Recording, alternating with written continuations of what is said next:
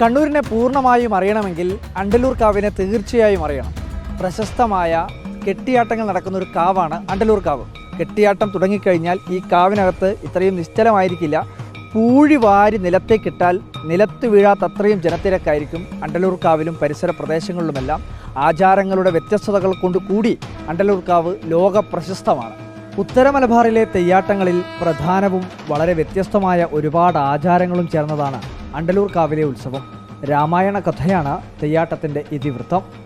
അനേകായിരം വർഷങ്ങൾക്ക് മുമ്പ് ഭാഗവത സപ്താഹം എന്ന ജ്ഞാനയജ്ഞം കുംഭമാസം 1-ാം തീയതി മുതൽ 7-ാം തീയതി വരെ നടത്തപ്പെടാറുണ്ടായിരുന്നു. കാലാന്തരത്തിൽ കലാരൂപേണ കെട്ടിയാട്ടങ്ങളിലൂടെ അവതരിക്കപ്പെട്ടുവെന്ന് പൂർവികന്മാർ പറഞ്ഞു കേട്ടിട്ടുണ്ട്. ശ്രീ അണ്ടലൂർ കാവ് ഒരു പുണ്യഭൂമിയാണെന്ന്.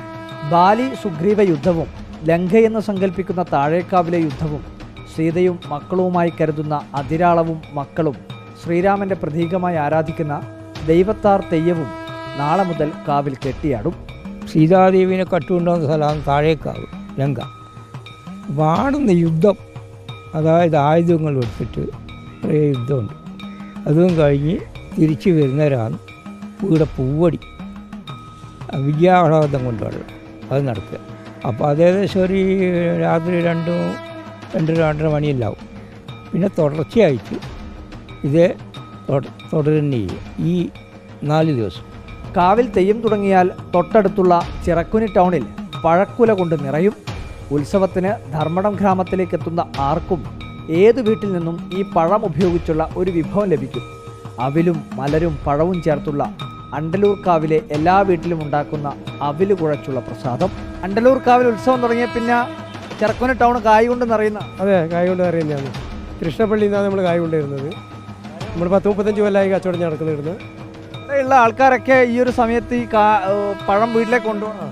പഴം എല്ലാ വീടുകളിലും 2-3 കൊല കൊണ്ടുപോകും. വിരുന്നായിട്ട് വരുന്നവർക്ക് ഇതാണ് പ്രധാനപ്പെട്ട അവില് മലര് പഴം, അതാണ് നമ്മളെ പ്രസാദം. തയ്യാറാക്കുന്ന ഒരു പ്രത്യേക ഒരു സംഭവം ഉണ്ടല്ലോ, അവില് കുഴയ്ക്കുക, അങ്ങനെ ഒരു അവില് എങ്ങനെയാ പരിപാടി? അത് തന്നെ. ഈ പഴത്തിനെ കൊണ്ട് അവില് മലര് ഇത് പൊരിയാതെ മലര് തരാം. പഴവും കൂടി കൂട്ടിയിട്ട് കുഴച്ചിട്ടാൽ രാവിലത്തെ ഭക്ഷണം. അതിനെ കൊണ്ട് തരാം. ഇത് കഴിച്ചാൽ ഉറക്കം കഴിഞ്ഞാലൊന്നും നമുക്ക് ഉറക്കം അറിയില്ല, ഉൾട്ട് ക്ഷീണം അറിയില്ല. അങ്ങനെയാണ് ഇതിൻ്റെ ഭക്ഷണ രീതി. എങ്ങനെയാണ് പിന്നെ ഇത് പച്ചക്കറി ഭക്ഷണമാണ് നമ്മൾ ആ 7 ദിവസം ഇടാം. ഇന്ന് തൊട്ടിട്ട് ഇനി കുംഭം 7-ാം തീയതി വരെ മീനും മത്സ്യമാംസമില്ല. പിന്നെ ഒരു ഇതുമില്ല, എല്ലാം വ്രതശുദ്ധിയോടെ കൂടി എല്ലാ വീടുകളിലും. കദളിയും മൈസൂർ പഴവുമാണ് പ്രധാനമായും ഈ വിഭവത്തിനായി ഉപയോഗിക്കുക. അതിൽ തന്നെ മൈസൂർ പഴം ചേർത്ത് അവില് കുഴച്ചാലേ ആ രുചി പൂർണ്ണമാകൂ എന്നാണ് നാട്ടുകാർ പറയുന്നത്. അവരും മലരും തേങ്ങയും പലസാരി ഇട്ട് കഴിഞ്ഞാൽ നല്ലോണം കുഴക്കാൻ പറ്റുന്ന സാധനം മൈസൂരാണ്. അടുക്കാൻ ടഫാണ്, അതാണ് അതിൻ്റെ പ്രത്യേകത.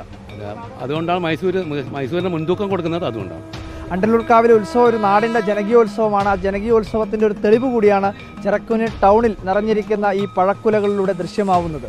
വീഡിയോ ജേർണലിസ്റ്റ് നിമേഷ് ഉർവശിക്കൊപ്പം reporter Arjun Kalyad, in reporter, Kannur.